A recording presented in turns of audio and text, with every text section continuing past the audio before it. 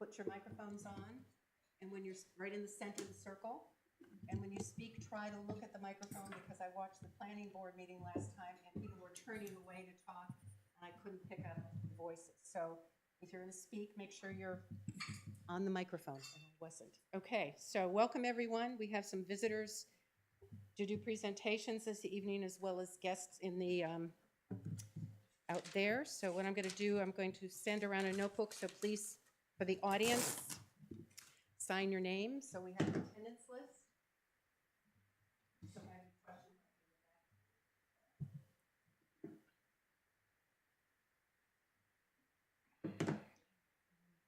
Just waiting for Letty to come to see if you want to use your, if Brendan, do you want to use your paperwork, or do you want to use the computer to do the presentations? Brendan Quigley from Gov Engineering. Environment. Pardon? Gov Environment. Or Environment, yes. Would you like to use your paper diagrams? You know, whatever's easier. Do we have, can you just hook into the HDMI? Do you know how to do that? Do you have an HDMI? I figure. What are you presenting off of? Well, I have both. I have the plans on computer also. Yeah, can we not? I don't know if you can do a I thumb don't drive. know. Thumb drive on that. This is our first meeting with all this technology, excuse me, on this. I took a lesson yesterday, but Let the younger generation. yes. I don't see a place for a thumb drive. While he's looking at that, People waiting. On the outside, yeah, they'll do the next presentation, so. while he's looking at that, Becky, we have 6 regular members. Yes. Doug was the first alternate present.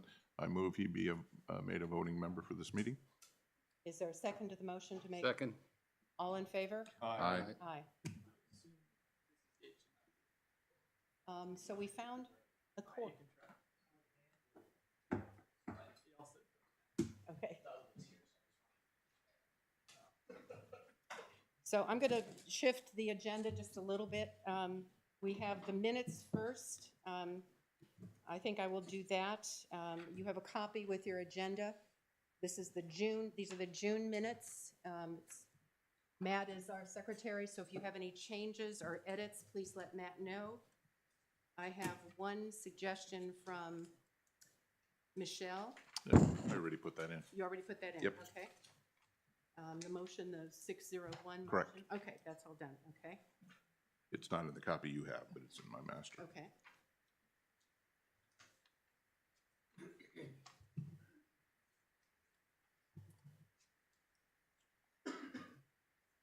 I would just add on page 2 at the top where it says Dunham is communicating with the Prescott project stakeholders and offered them an opportunity to present their plan to the commission at the July meeting.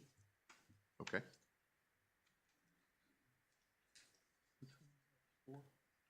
Yes.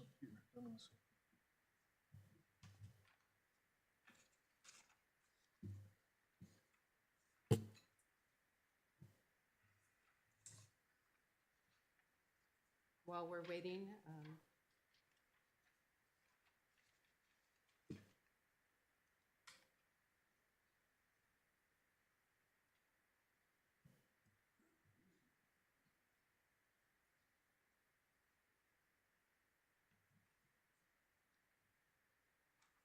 thank you, Rob. Oh.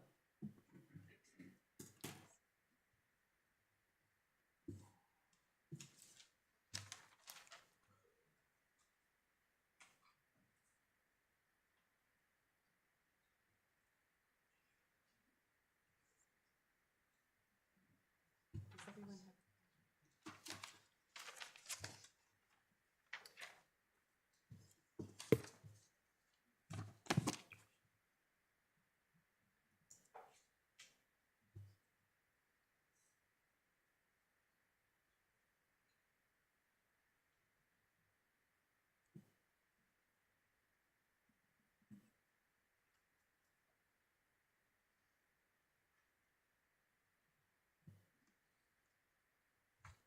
Does anyone have any suggestions? Have you had a chance to peruse anything from anyone?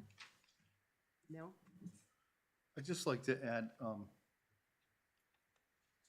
says under Trails, Page- Stevens Field, Yep, Bob Magnuson mowed the field in May. I think we thanked him. we did. Yeah, and I think the minutes should reflect that. Okay. Big thank you there. Right. That's all.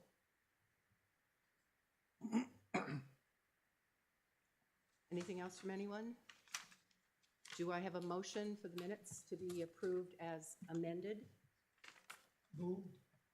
Is there a second? All in favor? Aye. Aye. So the vote is 7, yeah, yeah. The vote's unanimous for the members. Unit for the voting members Yeah, for present. the voting Right. members. Okay. That takes care of the minutes. Let's see. Just one other quick thing before we go into the presentations. I did receive an invoice from Bob Magnuson for the mowing. It was $20.20. I would like a motion to pay Bob for the $20.20. Is there a second? Second. All in favor? Aye. Aye. And I have a question of point of order. He's probably going to send an invoice every month or two. Do I need to come every month with this, or do we do a blanket approval for his mowing? I think it's gonna vary month to month, Okay, and I'm okay either way, really, but I think, equipment breaks, we may wanna help them Right. more. okay.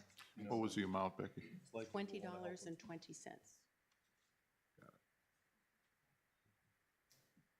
Okay, so first on the presentation is Gove Environmental by Brendan Quigley for the R.E. Prescott project on Route 27, the former site of the castles. They have gone before the ZBA and before the planning board, and the planning board has given them a 2-year conditional approval.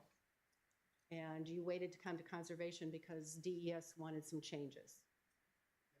Yes, I can explain all that. What is the best spot? Would you like to come up here and I can hold them for you? How about that?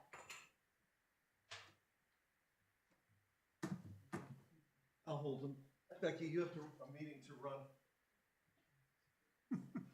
Now, if I stand up here, I will have a microphone. Is that You can co-opt one of the. You can call it mine. Yeah. Where can I hold it where the camera will get it too? I think you're doing good. Just smile. Back here? Okay, well, thank you. Sorry it's taken a while to come in. Again, I'm Brendan Quigley from Grove Environmental Services, Exeter. I'm a certified wetland scientist and R.E. Prescott and Company.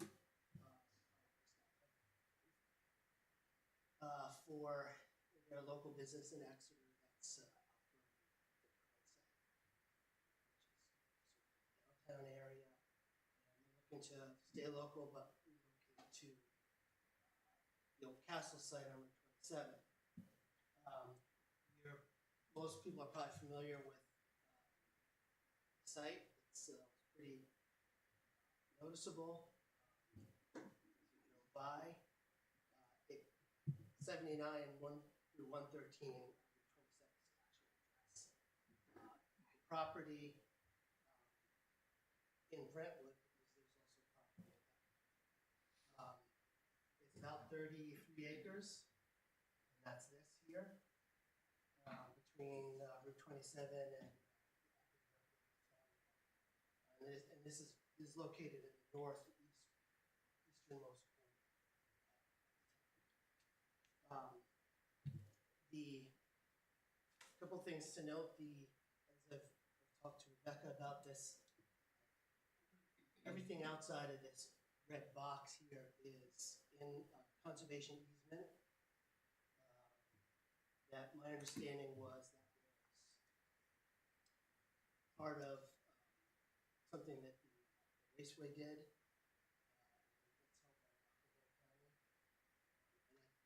Just remembering now that one of those documents, I'll get those to you. But the red box that I've outlined here is the part of the property that was reserved outside of the easement, and this is where the project was proposed. This is a little more than 10 acres. The project will occupy about 10 acres of this area, more or less covering the existing development and field area. For those of you who've driven by, there's a climbing wall out there, as well as a small portion of wooded. So the project is essentially a redevelopment.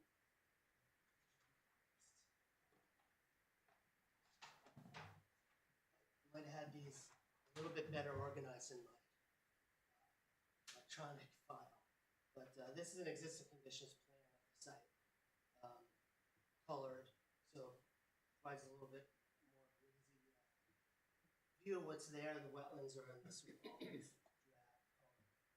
And they exist mostly behind the redevelopment area, but extending in a couple places. This is sort of a totally separate swale that comes from across the road. This is also separate. Most prominent probably is the man-made pond that's a main feature of the castles.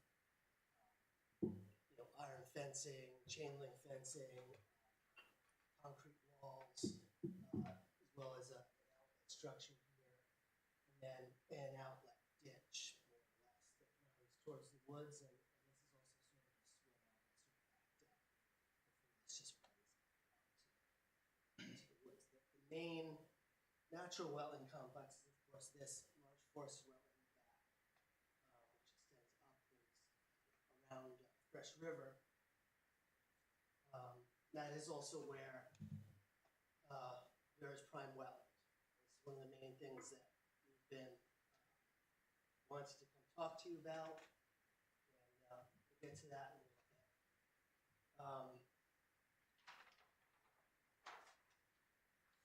in a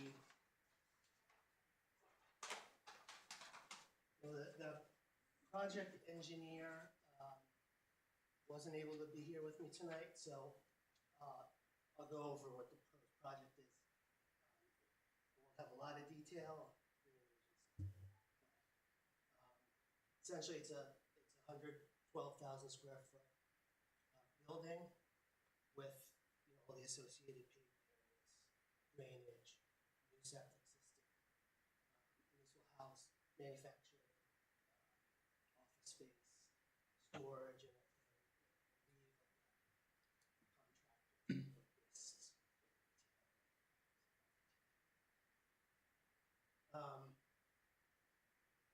in total, wetland impacts are about 30,850 square feet. Most of that, or a good portion of it, is occurred at the pond. what sits in the middle of the site is really no way to redevelop this area, as well as the outlet ditch, and a portion of sort of wet field at the edge of existing tree line, and then a much smaller portion of forested wetland area. There also is, if you read the application, three very, very small impacts along the back where a long retaining wall has been constructed for the purpose of staying out of those wetlands. That was only 125 square feet in the application.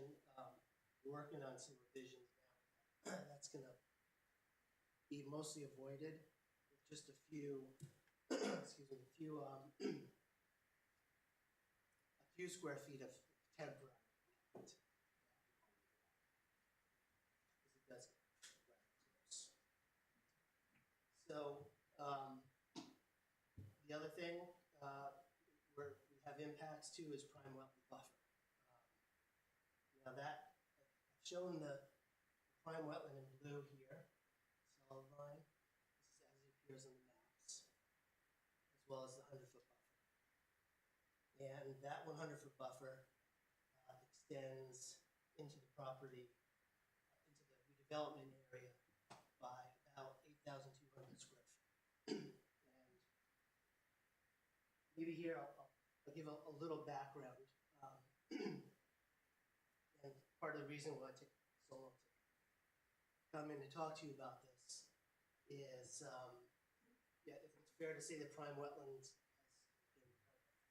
has been kind of difficult over the years, a difficult issue for everyone to understand, including some of the regulators. Over the past 5 years or so, we've come to understand that the prime wetland line is essentially fixed to what is shown on the maps that are accepted by the department. And that's what's shown here. So and that was through a number of projects where we worked with DES very closely on that. So I was surprised when we got their comments for this project, and they had requested that we essentially move the prime wetland line to match the delineated boundary. And my professional opinion, there's a number of problems with that.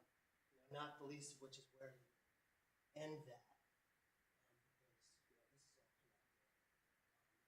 It's going in every direction. Did you mean the field delineated boundary? Or, okay. I just want to make sure I understood what you're saying. And this, well, I'll get to that. As it turns out, coordinating with them, just trying to work my way up the chain of command.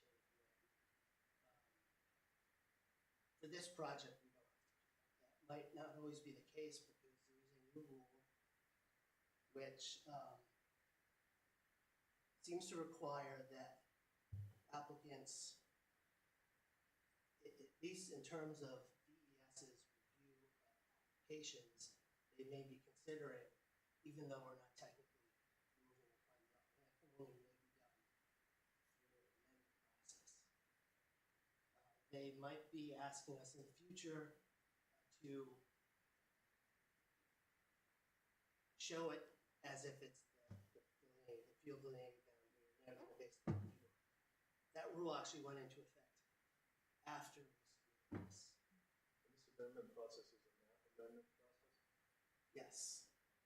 And I was, one of the reasons, my reasons for trying to explain this a little better is because I was in here just last year, where saying essentially the complete opposite. So it's a bit of a whiplash, and I suspect, because Brentwood is one of the only towns that has a 100-foot buffer, prime wetland buffer, that will be in the future testing exactly how this new rule is going to work. But for now, we've shown it as it's mapped, and the buffer is 8,000 square feet.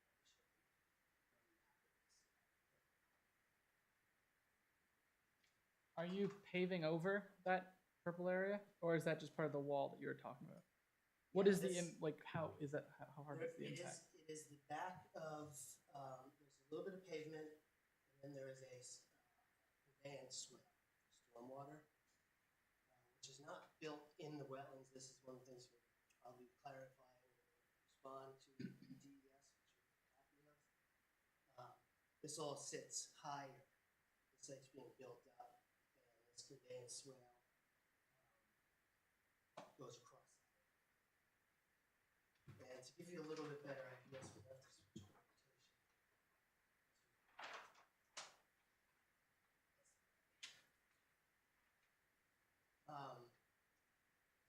So with all that said about the history, it is still clear and always has been clear that for any kind of prime wetland impacts or buffer impacts, we need the Conservation Commission's sign off on it,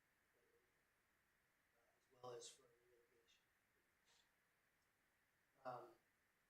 Part of what I argued, now mitigation wise, the site's really constrained.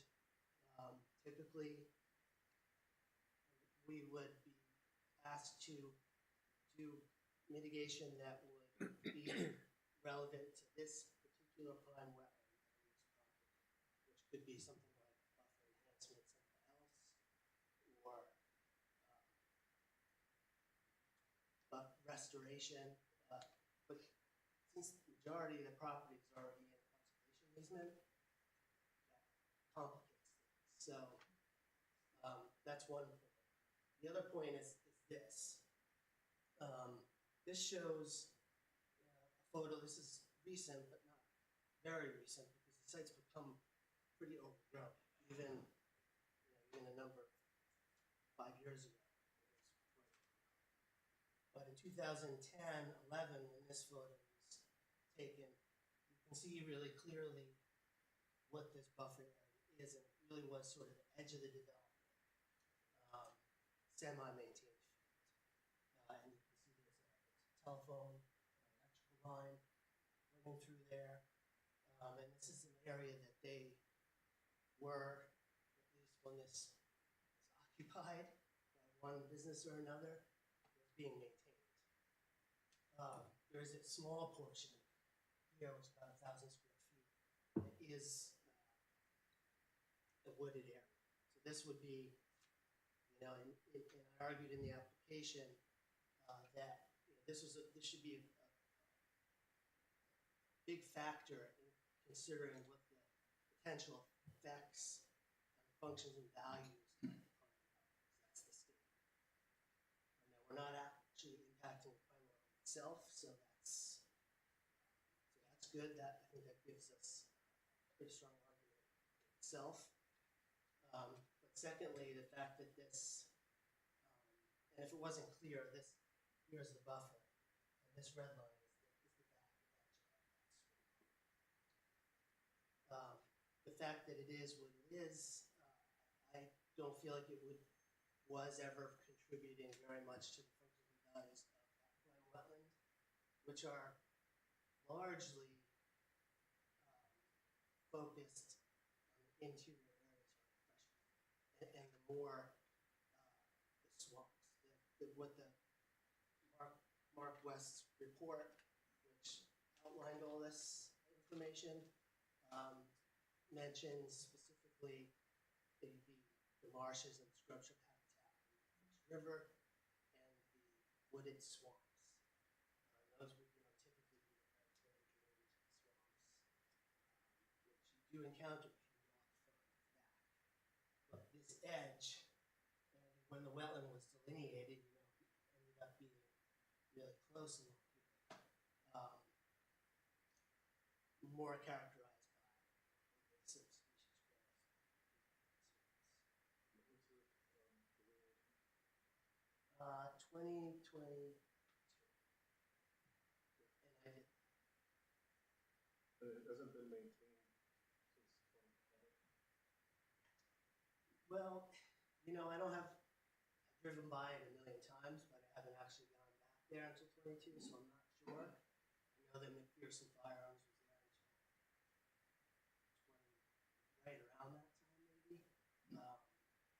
just moved out when we got there. But clearly there was less and less going on on the property for a number of years. That's why I included the old photo, which shows the tree line as it sort of always was, the real trees versus there was a heavy growth of invasive shrubs. I didn't have to, it's very hard to the delineation. So for mitigation, as I made reference to, we're required to do mitigation for the impact. If we're, unless we overcome the presumption that the impact will negatively affect the environment. So my argument there is that it's not, because of what it is and where it is, and that the functions and values are largely, in my opinion, supported by the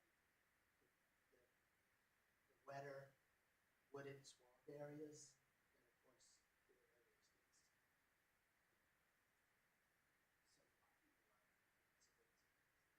of course the areas next to marshes and structural habitat. In the event that DES does not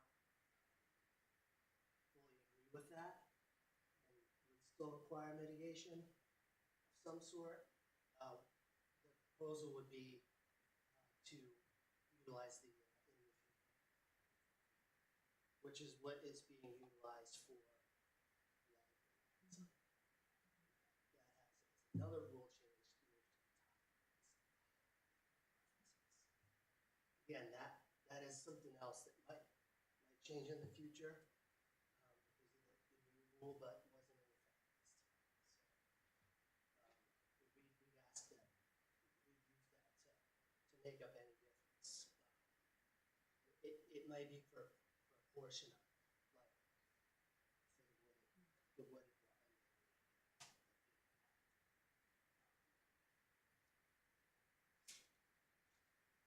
So I guess specifically, of course, I'll take any questions, answer any questions. Our ask, as it were, is for you to weigh in with your feelings on what I've presented as far as this primary. And of course, anything else, as you normally would for any project that is a fill, but in this case specifically, there is a requirement for Conservation Commission.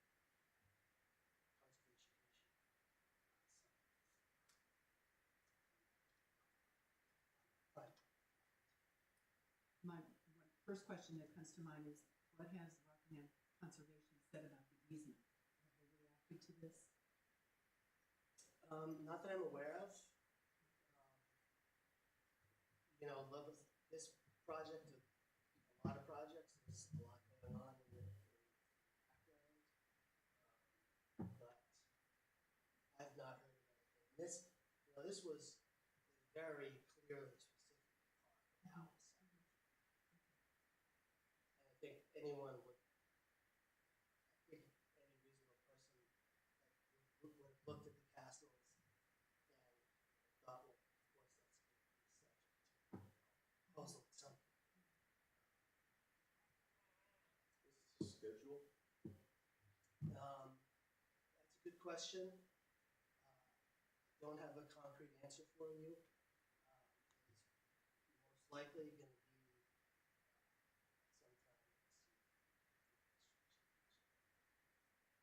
next year. There's some timing issues that we're potentially working through Fish and Game on the down the pond. Fish and Game has signed off on it. They've issued their permits,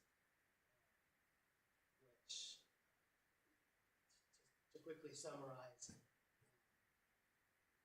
setting up an exclusionary barrier before anything gets done, so turtles can't wander into the construction site. And drawing down the pond during the time before they are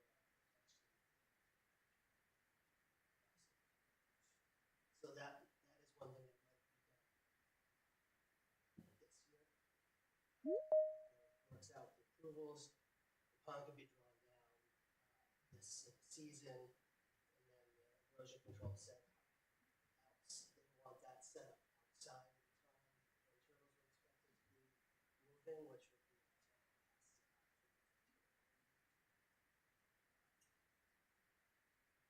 construction. But I'm not aware of time, plans for scheduling.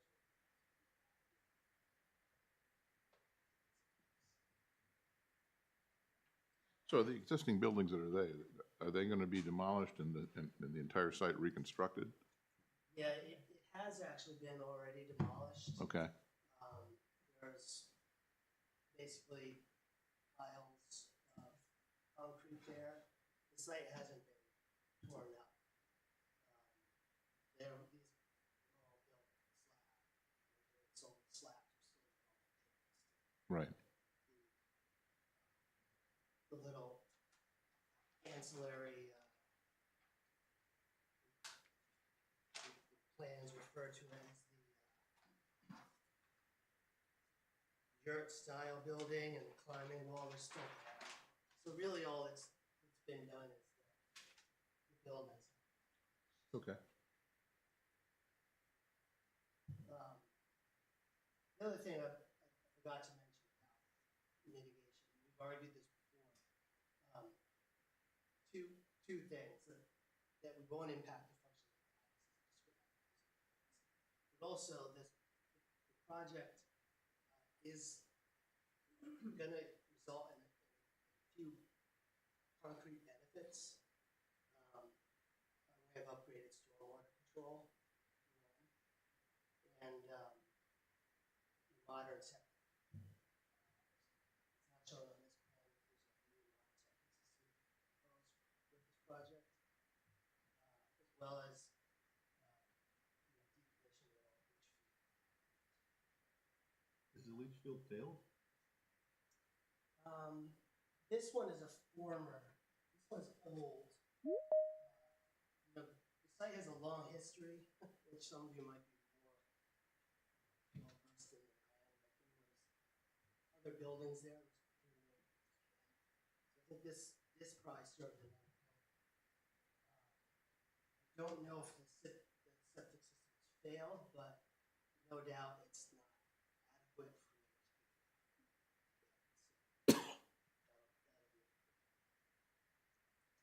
So we would include in our argument that some of these things work towards a self-mitigating. But you're proposing, I'm sorry, I didn't interrupt you, but you're proposing a modern system, so it's not gonna be pipe and stone, leach field? Yeah, I have to defer to Sure. the annual engineering. I'm not sure. That plan is in the set, but I didn't even look at it, to be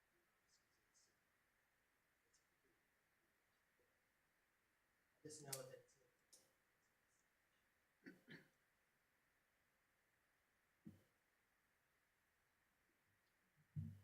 The new setup, that pool that's in the center, that's going to remain, you said, right?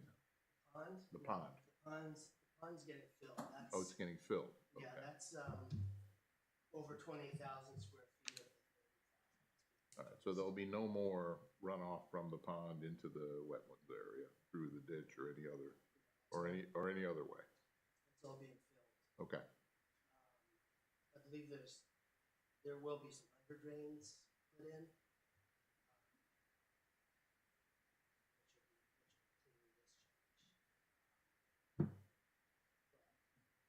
And all the stormwater is treated.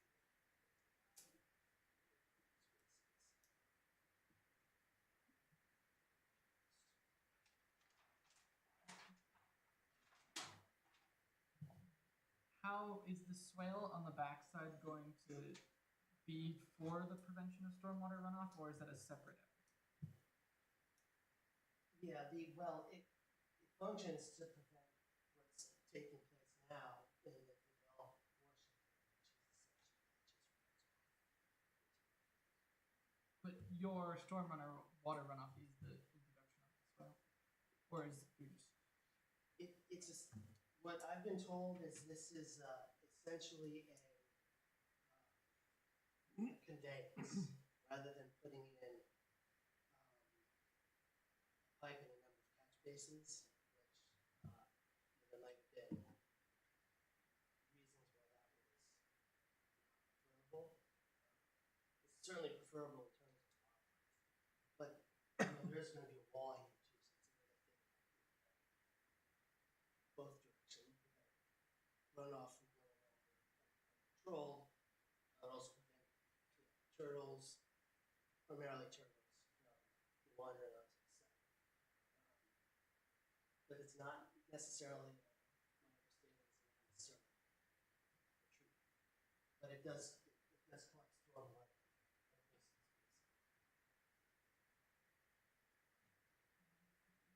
So I was on the planning board approval for the conditional approval. What's changed since then, and what is it that you want, from us in terms of? Yeah, nothing, well, there might be, Is there some sort of change in the character of the prime wetland and how it's being defined? Is that what I heard, or? no, I think, for what's happened here is that we've had two processes, where they were before the planning board and those other things, forging ahead, but they hadn't yet even submitted the bridge. So we're just simply lagging behind, which is why I'm here really to specifically address the requirement that the Conservation Commission impacts and the dredge and fill in general. That's why I haven't gone over any of the issues. Nothing's changed. The plan in substance is the same. I thought I heard you say that, and maybe I just misunderstood it, that the department was changing the line in terms of where the prime Yes. wetland would be? Well, what's, Thought you said that wouldn't impact this project. yeah, so we, over a number of years, what we've heard from the department is that the prime wetland line is fixed. If you want it changed, you have to go through the amendment process, which was outlined in the rules and were required to come into the Conservation Commission, come into agreement, presenting evidence on why the prime wetland line should be removed. But it wasn't, but it remained as it is on the maps. It's essentially a zoning map on file. I was surprised when after we submitted this application, believing that was the case, to get the comment back from DES telling me to move it. And I spent the last, Based on what? well, what they actually cited was the law, which is inaccurate. The law applies to, the law currently does say prime wetlands shall be based on, that only applies to any new prime wetlands. The way prime wetland works as far as regulation is, as far as statutory regulation, it's subject to statutory parameters that were in effect at the time it was designated, which is sort of the reason why many prime wetlands don't have buffers. And there's other parameters, like now there's a 50, it has to be at least 50 feet wide. That was not the case in 2009. And there's a few others. There's a whole section in the rules which explain that. So, I believe that was an error for that to be pointed out that way. But in my subsequent, calls and emails with DES since May almost, trying to get an answer to this. We landed on, okay, I believe their thinking was looking ahead to this new agreement that explained. It was in effect after this was submitted. And I can't speak for exactly, what they intended there, because it seems to contradict,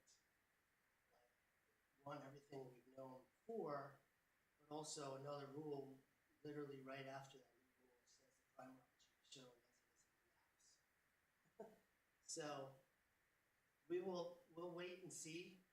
I think we'll just have to wait and see how that's gonna be managed. But for this project, having been submitted before that, when asked directly, DES that is, if we had to adhere to a rule that was not in effect when we submitted, the answer was no. So that's why we're in this. Now, I will point out that even if we were to do what they said, and the guidance they gave me was you would limit it based on the intent. So it would exclude things that no one was ever suggesting in any of my conversations with them that it should include this small pond.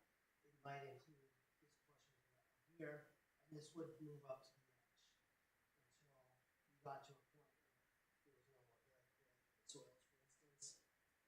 This is part of the problem. It puts consultants, me, in a difficult. They want you to move it once a year and a half. But if we did that, the buffer would be larger, of course, but it would be larger almost entirely by extending further into the existing development. So the argument would be essentially the same. Well, I gotta tell you, you lost me. So at this point, you're not moving yet, correct? It's not being It's not being moved, okay. Does DES believe the wetland is further in to the property than it is marked? Is that the problem? No, it's one of the reasons I delayed coming here for so long is because I wanted to have their answer as best I could, because I knew this is going to be a struggle. What they're essentially saying is that the prime wetlands, is all prime wetlands, were based on area flood implementation with some irrigation. And there's a margin of error. So in their view, if it's this close, that means that it should just be here, where it's been actually delineated. I disagree with that, and maybe not in every case, but there's a site-specific, it's a case-by-case aspect to this. It will vary. But I believe when you look at how this was mapped with where the current soils are, with where the wooded swamp is, I think there was a demonstrated intent that it should be this. That's my opinion. But the other thing is there's a whole nother version of prime wetland. The prime wetland is actually shown.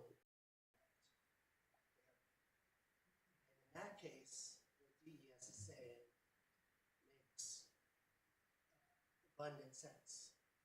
Obviously, it can't be prime wetland if it's not wetland. So moving back.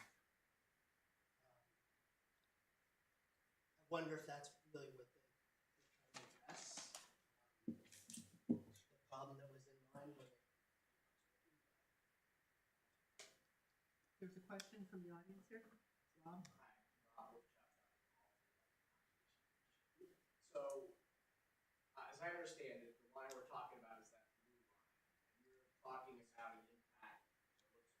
back here. So, I know you said, so basically what you're looking at, if I understand it, is are we opposed to you going into the buffer, indifferent, or in favor? And what is not clear is, I know you've been saying that you don't think it's acting as a buffer, but is there any, but obviously the town believes when we approved our most important wetlands, that the 100-foot buffer was appropriate. Is that buffer being enhanced at all by this swale you're talking about? I think that's the question you were getting to.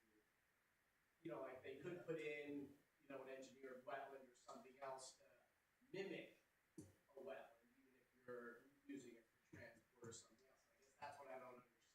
What is going there? And is it, I think, if it was replicating a buffer, that would be one thing. If it's not going to act as a buffer at all, then that I would probably not.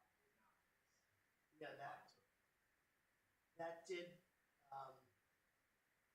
that was sort of discussed, and it didn't really much of mention. You know, it is a constructed swale, but it is a vegetated swale. So I don't think I can really represent that it's going to be like a constructed wetland, but it is going to be something less hard. It's not going to be paved. But it could be constructed so that it acts to like a buffer. Softer. Absorbs nutrients, and as opposed to just like something that's just whipping water through to get to another place. Well, even if it were doing that, the other place it's getting to is stormwater treatment. So it's, Okay. I mean, that sort of goes to my point that there's at least to some degree, there's a self-mitigating aspect to this, where what's being proposed is making some improvements. Improvements over what, though? Improvements to stormwater runoff on the site. So as opposed to just a detention pond, you are putting in engineered structures to help with infiltration, pollution, and stuff like that. Yeah, well, there's nothing. I'm not familiar with it.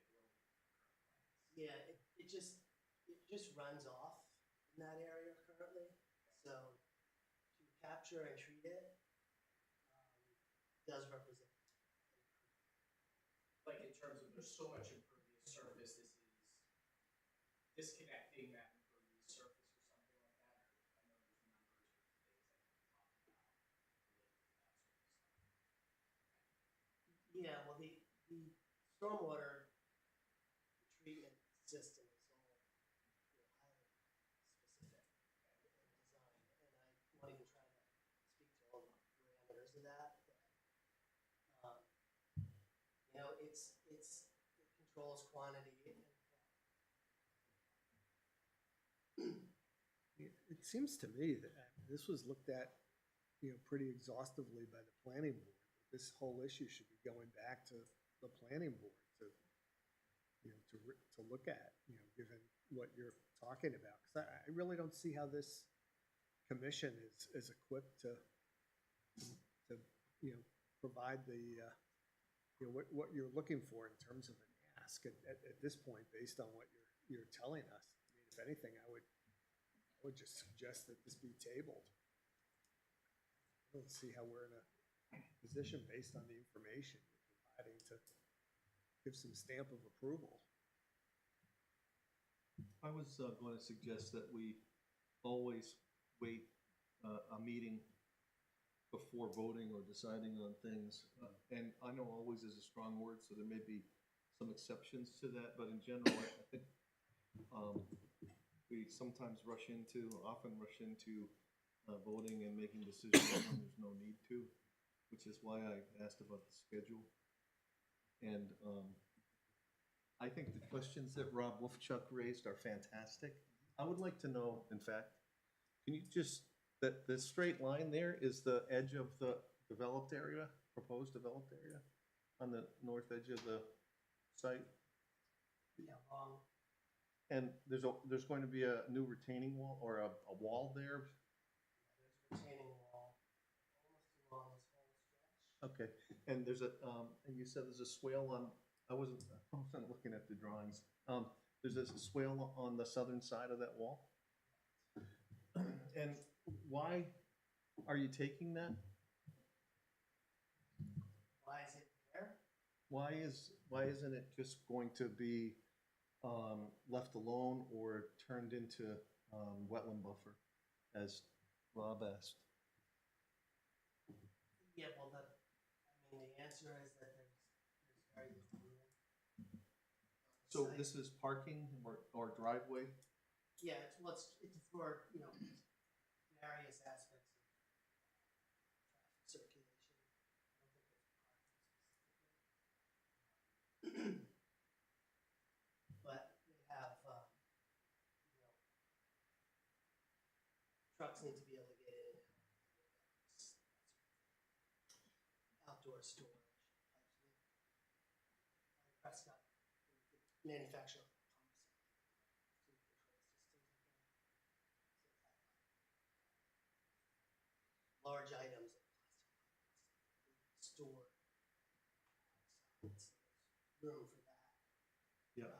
As well as the storm water control. There's always some part of the site that's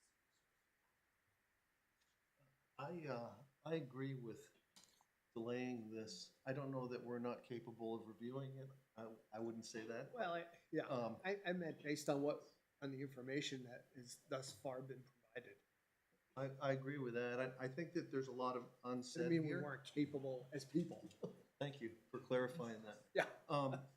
But I think it might be prudent, since with all the changes, to go back maybe before the planning board. But I think the Concom should have a chance to look at it. I would just say that if no one is going to follow through on this, on the Concom, there's no point in delaying it, except that it may give the public or anyone watching this that has questions a chance to raise them over the next month or so. What does this do to the deadline that the DES has for response by, I think it's July 20? Can you extend that? I would have to. I don't know that this wasn't included at the planning board level. I wasn't involved in that, but I believe it was identified. I mean, we had comprehensive plans, but not, but it sounds like you're talking about something different. Well, I think some issues have This been. is everything is the same. There might be small details, like, stuff that you wouldn't even be able to pick out. But Right, but there was a premise I think a premise upon, the wetlands and how it was being characterized at the planning board level. And am I,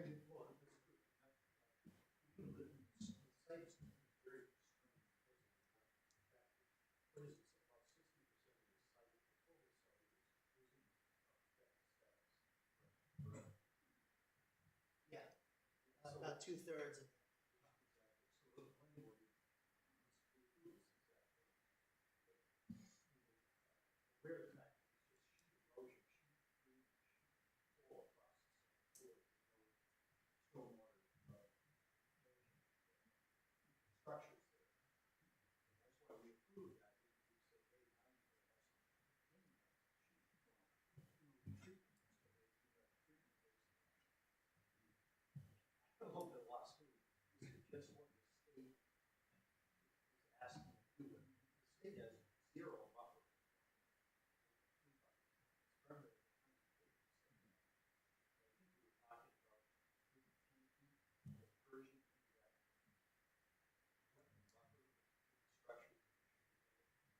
Well, the lines are shown there. It looks like more like this is 35 or 40.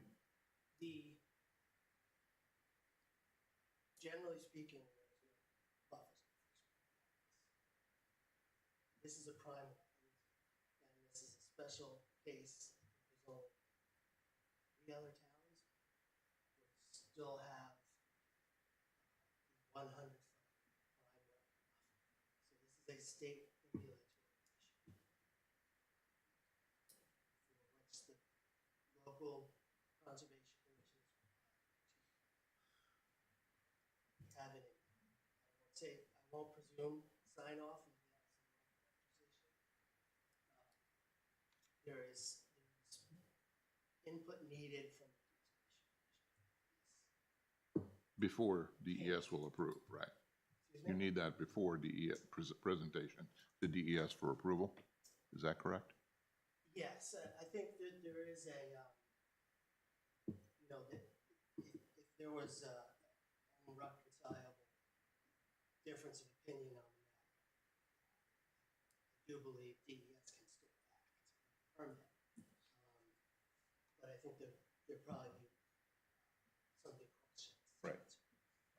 So the pink right now is in question, and what is being proposed there? Is that part of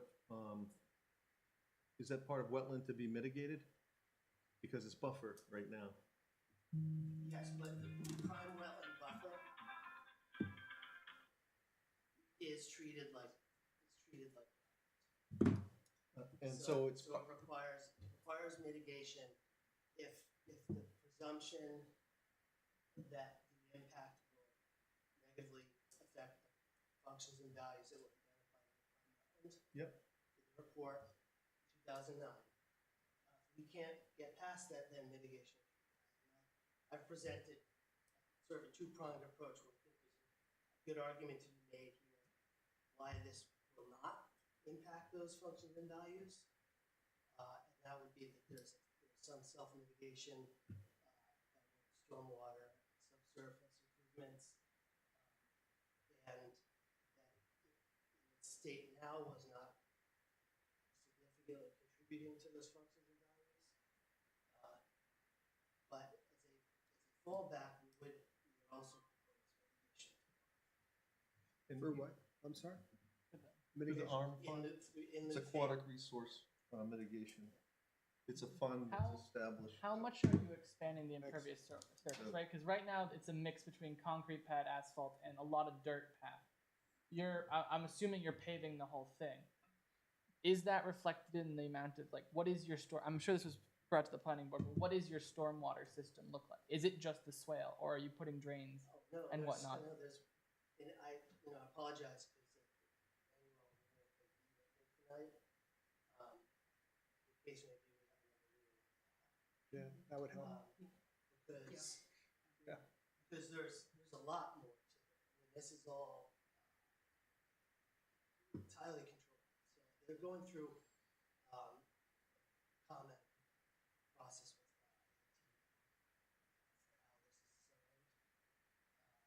is zoned. That's not my area, but it's not just the swale. That swale runs into this basin. There's also a basin here. There's also another basin. Everything that leaves the site has to be treated. That it can't increase flows. To provide storage, filtration. So you're, as proposed now, that pink, it's pink, right? Sliver, Yeah, that is being, that you're proposing to, are you proposing some kind of mitigation? Is that acreage or that footage, square footage included in any harm, or financial mitigation that you're talking about, or other mitigation on site? So what I've been trying to explain here is that it will be, but there will be also an argument made that it's not needed because of the self-mitigation aspect and the fact, in my view, it doesn't contribute significantly to the functional values. And the functions of values that were identified, those are from a 2009 report? Because normally when functions and values are assessed on the projects I work on, there's an inventory taken, and these things are, have you done such an inventory, in the last 15 years, or in the last couple of years, hopefully? On this site? Yes. No? Well, only, maybe that's beside the point, because what's on record by way of the final report is what matters. Well, but we are talking about site-specific delineation and those kinds of things, so.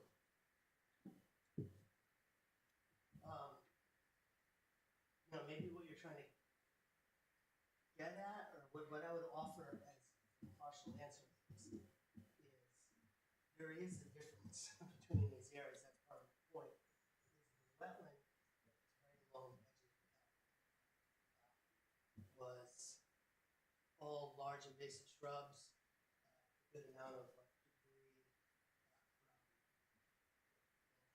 this site. Basically an overgrown area that was cleared. Have hydric soils,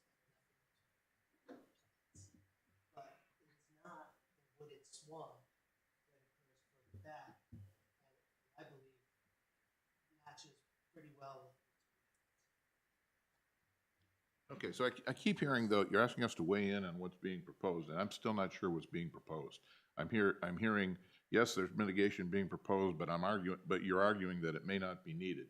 Do we have a written plan for you that over the course of the next month, we can look at and decide what sort of commentary to give you? I don't mean for you to dig it out now, but if you're asking the Concom to weigh in and ultimately sign off, or whatever your words were, we need something to review in hand. Well, that. And at least a synopsis. I don't want a phone book worth of paper. That would be the direction.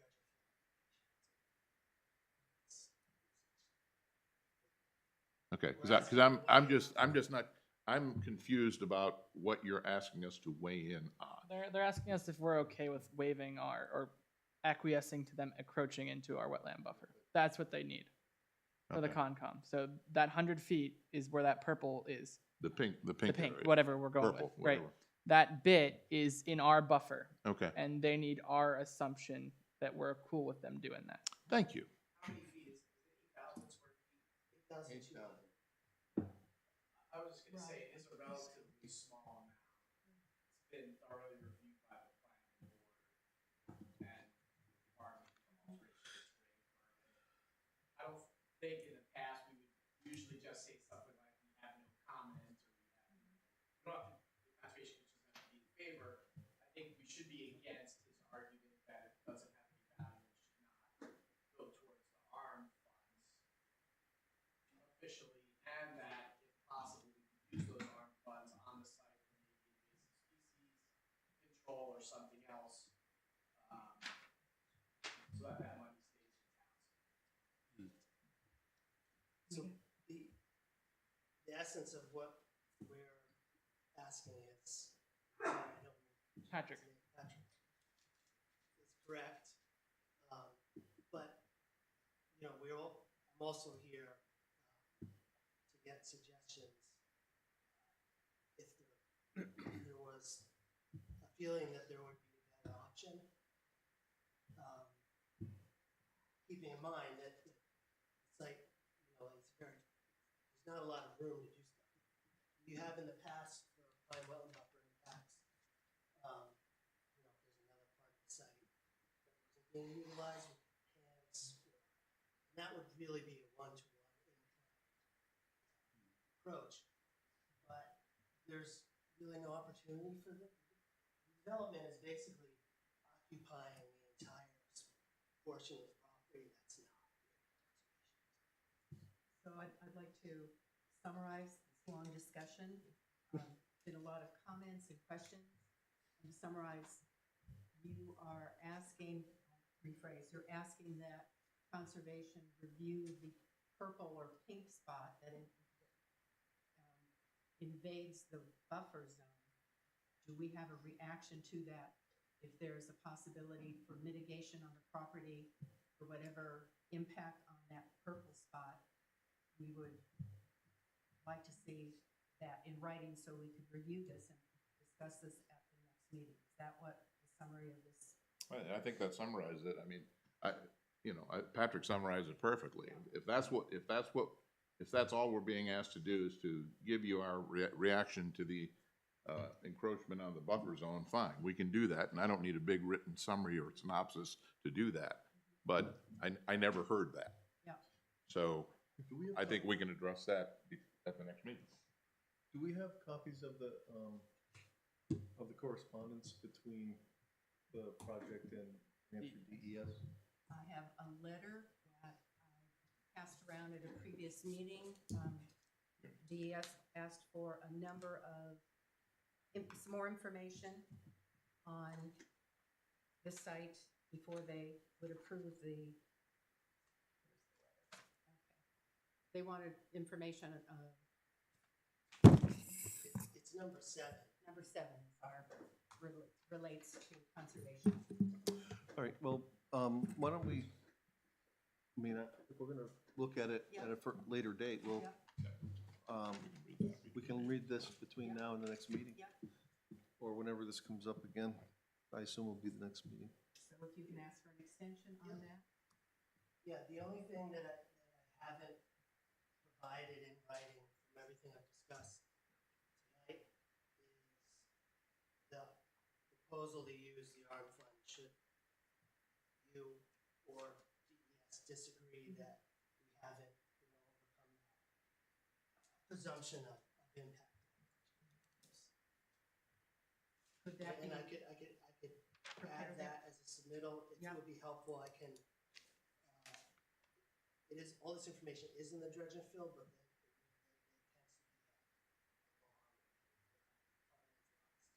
then it tends to be a long document.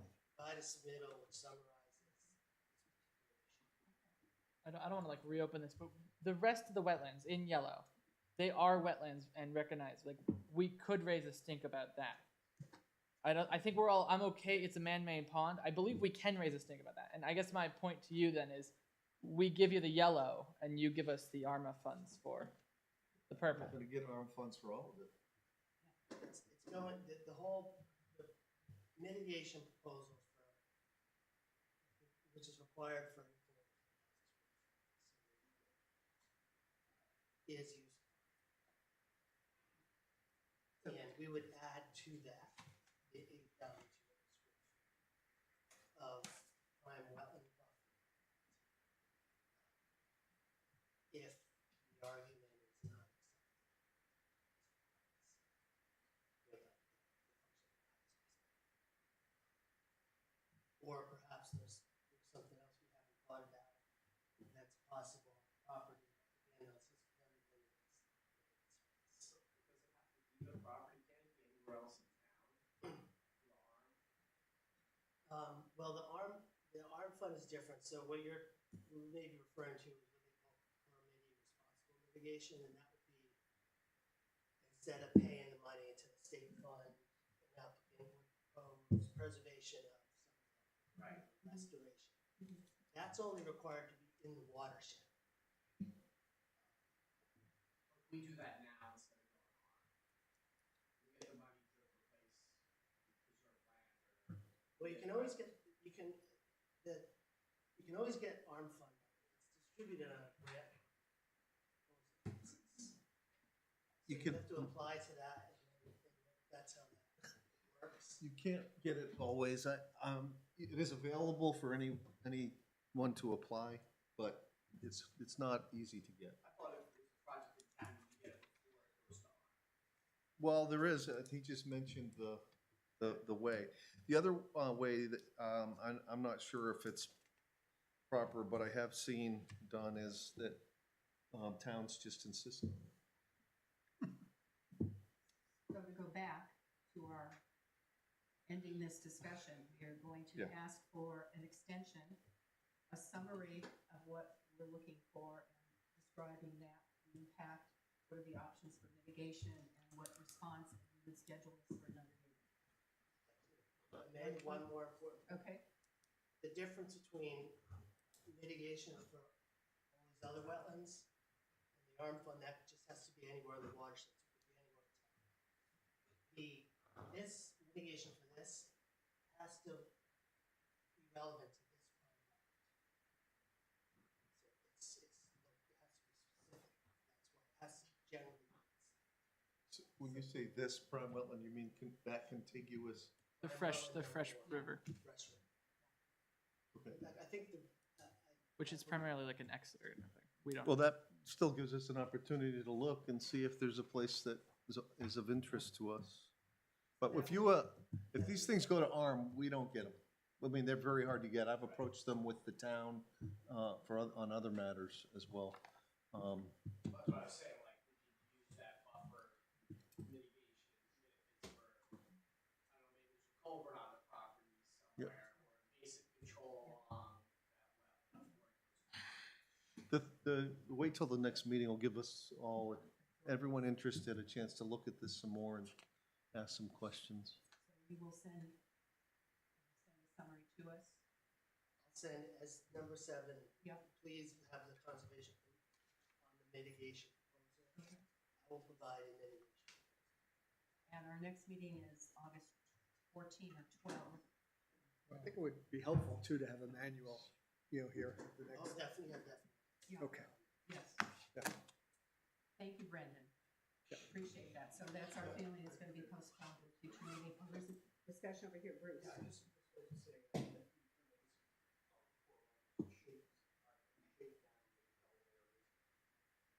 this project started a couple of years ago.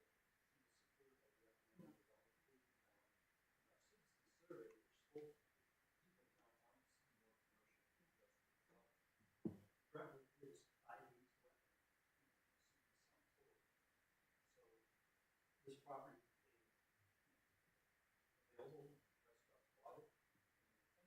survey to say this is what we're trying to get people in business in the town. And there's such a small amount of incursion for people wetland, considering 2/3 of the property is preserved for wetland. If you're trying to start the ball rolling with this, now, I'm not saying we'll all go for wetland concerns, but this is a very small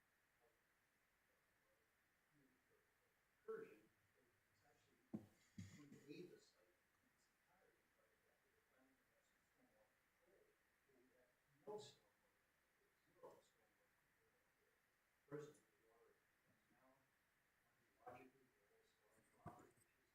So we've got to be working to try to, maintain good environmental controls, but also to, work with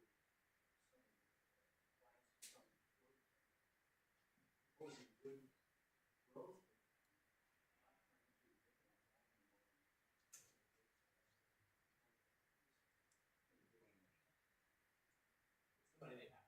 Well, it is in terms of that purple area, but now we're talking about. It has to come in, that has to be gated. Yes. Not to be gated. Oh, no.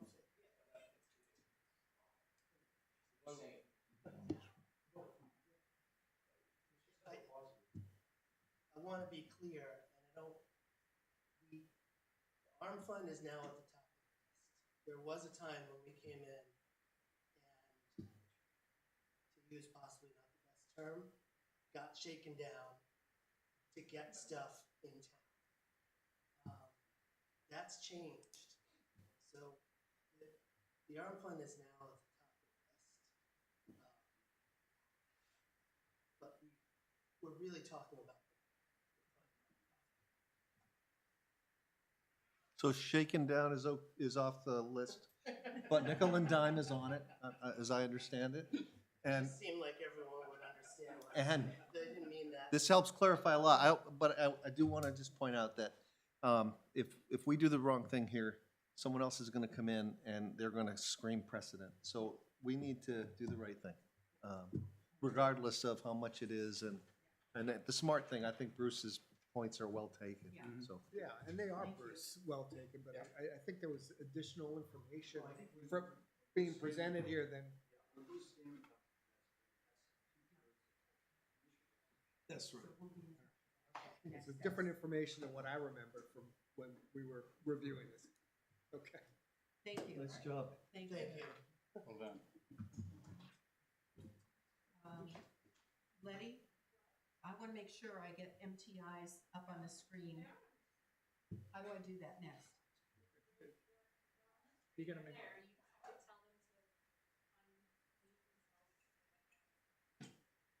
Verbally? yeah. And Could if- you unmute yourselves and turn your cameras on?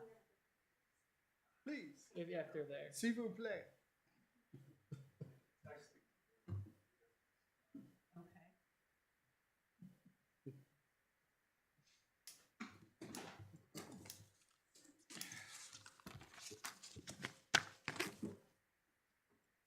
So while we're waiting for Michael and Heather to mute their microphone, oh, here comes one. All right.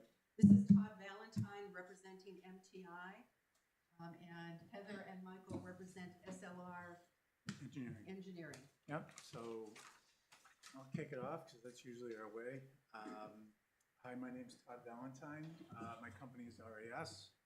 I do owner's representation work for development projects, and MTI Polyx on Pine Road, 50 Pine Road is my client. We have a project that we've been asked to pursue for them to add 15,000 square feet to their existing 30,000 square foot building, so that they can add another machine for what they do.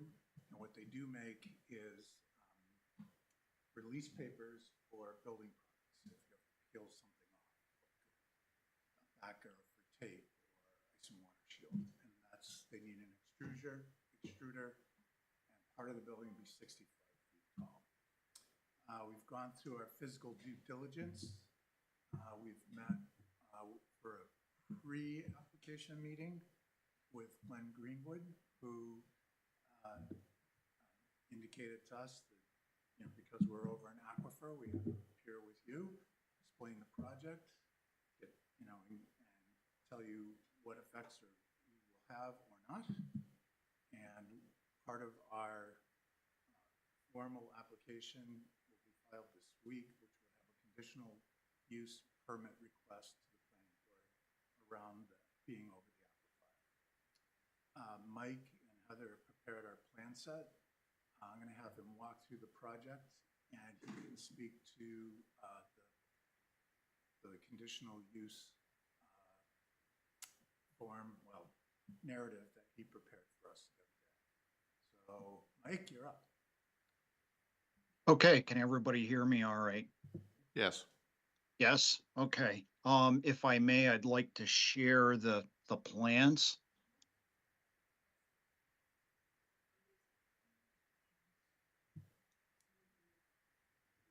Everybody see that? It should be the cover sheet for the project. We can see it. Okay, terrific. So again, just to introduce myself, Michael Gagnon, I am a senior project engineer with SLR. And along with me this evening is also Heather Manette. She also had provided, assisted with the preparation of the drawings. And as Todd had mentioned, we've been working, closely with your planning staff, to essentially do the right thing. And obviously wanted to come before you to really discuss the details of the project. So what I'm going to do is I'm just going to kind of give you an overview of what the project entails. So I'm just going to start off with, this is our index plan, just to kind of give you some landmarks, so to speak. Pine Road rather, is over here to the left. This is the main entrance drive into the facility, front parking area. This is the existing facility here, and there's 4 separate loading areas that are around the perimeter of the building, and I'll kind of go into a little bit more detail in that in a moment.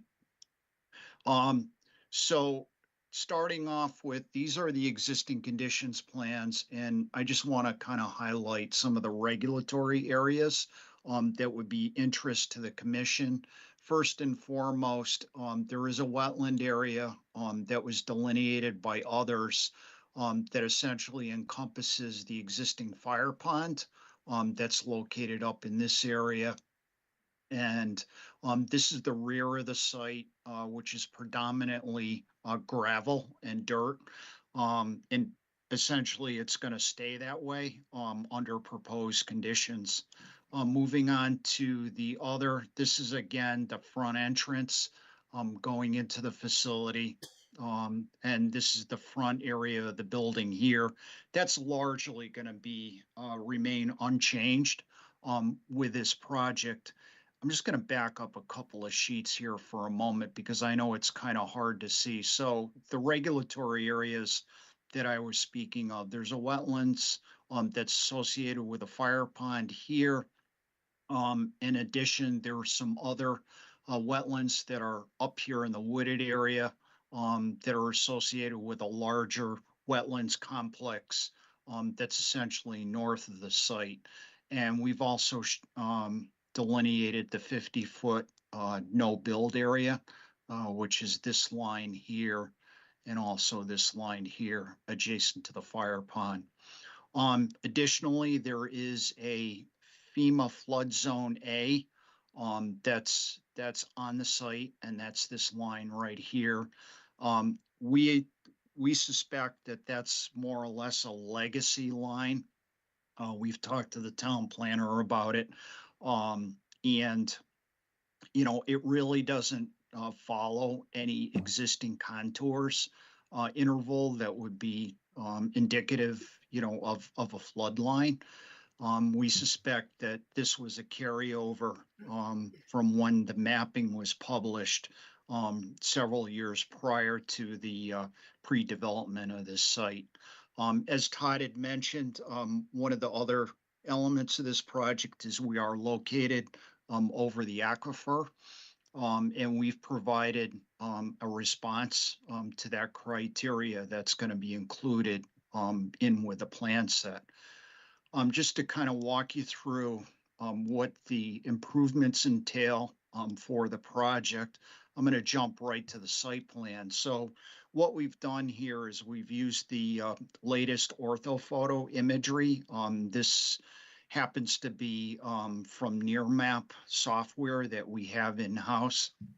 And the ortho imagery is as of, I believe, April 2024. So it is pretty recent, and it's, you know, really an accurate depiction of what is out there on the site today.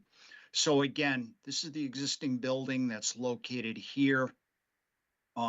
Existing loading area to the north here. There's also another loading area to the south, and then there's a fourth or loading area that's located off in this area at the front of the building. This gray polygon represents the proposed building addition, approximately 15,500 square feet. And with that, we're also showing a 24-foot wide access that's going to be retained predominantly for circulation through the site, you know, for public safety vehicles, for their traffic. This is not going to be paved at all. It's going to be a gravel road, similar to the materials that are out there on the site today. In addition, we are showing stormwater management improvements, which were designed in accordance with the latest New Hampshire standards, as well as the town's stormwater management requirements.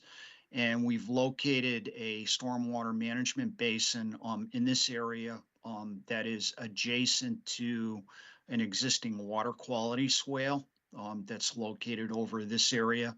And this is designed for both peak flow attenuation as well as water quality enhancement from the proposed rooftop area of the new building area.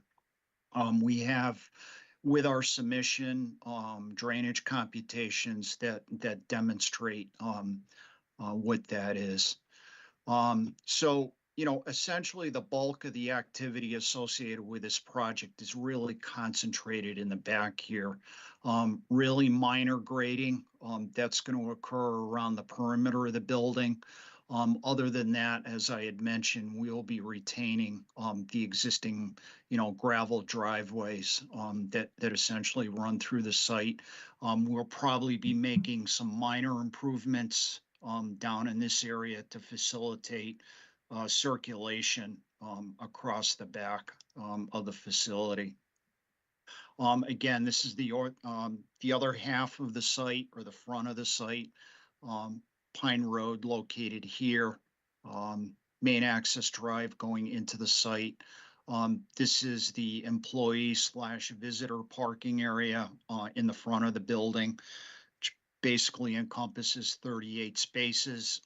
That's not going to change at all. And, as I had mentioned, there's no new impervious surfaces with respect to parking areas that are proposed as part of this project. The only additional impervious area essentially is going to be the rooftop area of the new building, and that's shown, right in here. This is our sedimentation and erosion control plan in the plan set. And again, it shows the practices that will be employed during construction for sediment and erosion control, as well as stabilization of the slopes. So within the stormwater basin, we intend to use an erosion control matting to ensure the stability of those slopes until such time full germination of grasses occur within the basin. We intend to use a wildflower mix within the basin, so it will be all native planting materials that will be used, or native seed mix, I should say. In addition, as required in your regulations, we've highlighted where snow storage is going to be, and essentially that's this windrow that's shown in the back here. This is just the construction entrance pad, again, to minimize any dirt tracking by construction vehicles that would have to access the site, particularly during the construction of the foundation of the new building. Again, front half of the site, no activity out in this area. And then these are our typical, sedimentation, erosion control notes, our seeding measures, topsoiling, et cetera, for any restoration measures that will be required. Our standard details, storm drainage, we have that outlet from the building. Essentially, it's the roof leader connection out to the stormwater management basin. We've got a weir wall detail here that's going to be used to meter the flow out of the stormwater basin into the adjacent water quality swale. One thing I also failed to mention, on the site currently, there are stormwater BMPs that are functional. There's a rain garden that's situated right here in the middle of the front parking area. And again, that will be retained as part of this project. And then there's actually a secondary rain garden that's located in this area, just off of the loading area at the front of the building. And both of these BMPs are tributary to a swale that drains across the south of the building, and is what our stormwater basin is also tributary to in the back. So, that's basically the project in a nutshell. From here, I'd be happy to ask any questions. One of the other things before we do that, I just wanted to show the exhibit in terms of our conditional use response. All of this criteria is contained in your regulations. And, for example, criteria A talks about any proposed uses that might be detrimental to the quality of groundwater. And again, this is a 15,000 square foot facility. Most of, or the runoff from the proposed improvements is going to be primarily rooftop runoff. And that will be attenuated and treated through the stormwater basin, as I had mentioned. Criteria B just talks about reduction of the short or long-term volume of water in the aquifer.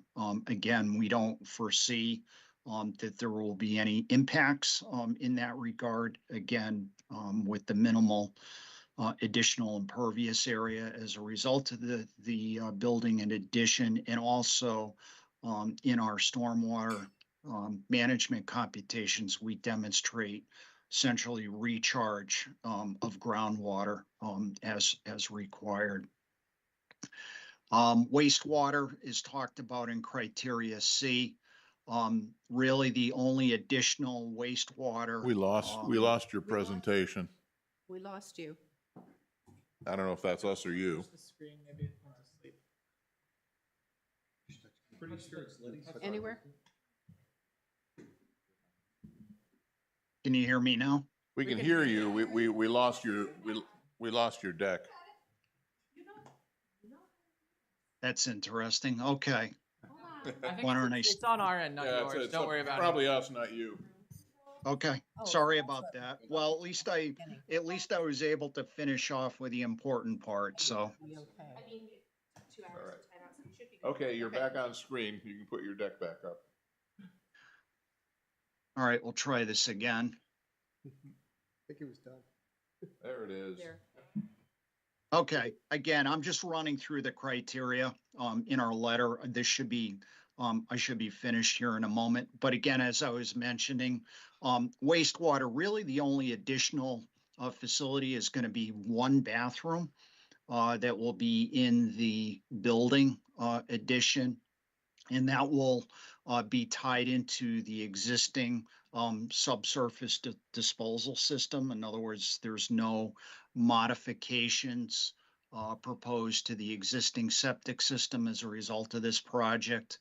In all of their, and Todd could probably chime in a little bit here, but all of their processes in the facility really utilizes recycled water, essentially. So I guess in a nutshell, yeah, there's no real change or additional wastewater that will be discharged to the aquifer. And then criteria D talks about, the 20,000 gallon per day threshold. We wholly anticipate we're well under that. So that doesn't trip at all. So, that's pretty much my presentation in a nutshell. And I'd be happy to answer any questions that you may have. I would like to receive a copy of that letter for the files here and to share with conservation. If you send it Sure. Electronically, that would be great. We can get that to you. Thank you. Any questions? Paul? Is the whole site over the aquifer? Yes, pretty much.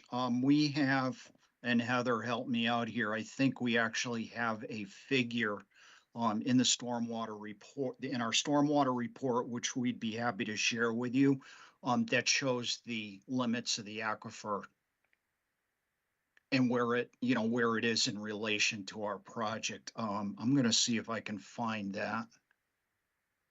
What's the question? What's the question for us?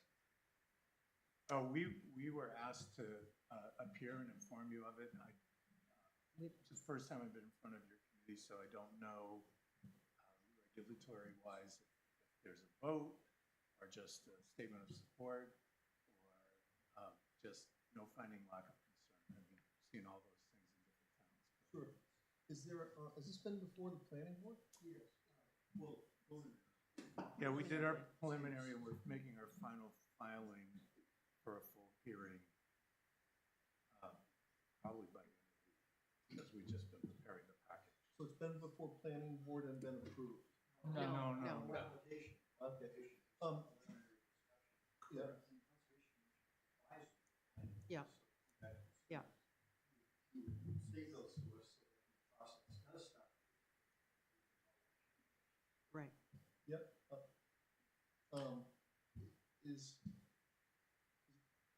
Is it likely planning will have us call for a site walk?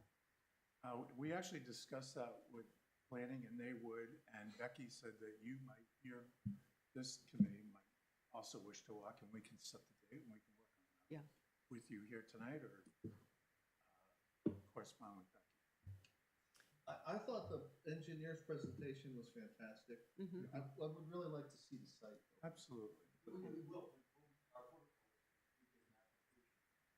Sure. I found that aquifer map if you're interested. Sure. Yes. So this is your map right here. Again, as I had mentioned, this is included in the stormwater report, but this is taken directly from GIS information. And the project site is actually located right in this area here. So here's Industrial Drive, Pine Road. So we're actually, this red polygon essentially represents the project area. Thank you.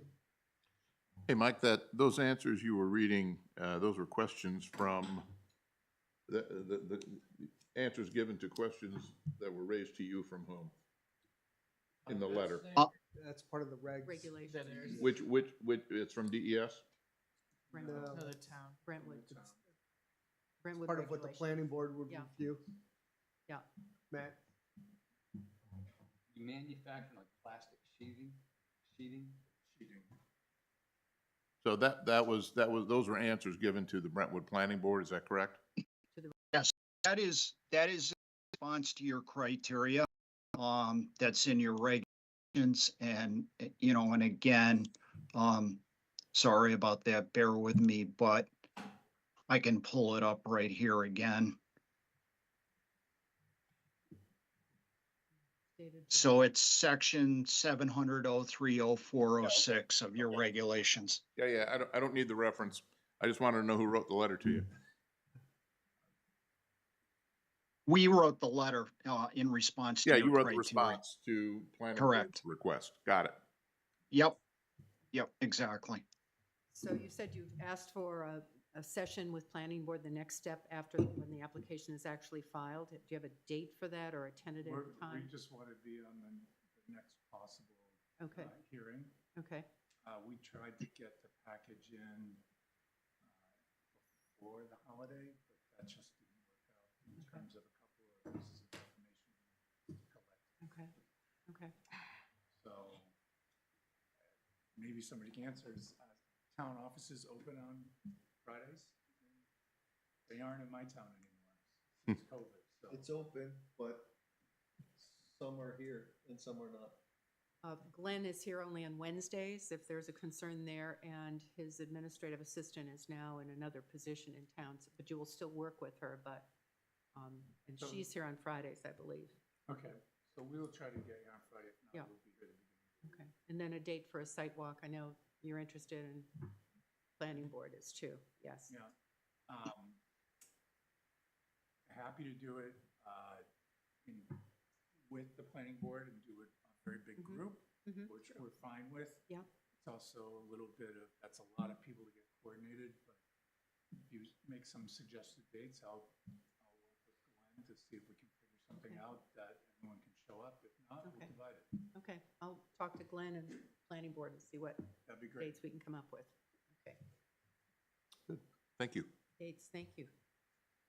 Thank you, Michael, thank you, Heather. Yeah, you're quite welcome, and we're here to answer any questions that may come up afterwards. So Anything else from this board? Okay, thank you. It was a, Thank thank you very much. Thank you. it was a very much. solid presentation. Yep, Thank thank you. you. Thank you. Okay, on to the, back onto the, oh, do I have to take, It looks like they took themselves off. they took themselves off, Yeah. okay. Okay, we're back to our agenda, and I'm going to go through some announcements briefly. Just to share information with everyone. I'm going to speed it up. So to pass along some announcements here on my annotated agenda. There's a planning board notice that on the 18th of July, there's an application for a subdivision on Prescott Road. It's posted on the town website if you would like to read it. It's at 7 p.m. on the 18th of July here in the town office. It's Peter Landry, land surveying owner, Thomas Field, 136 Prescott Road.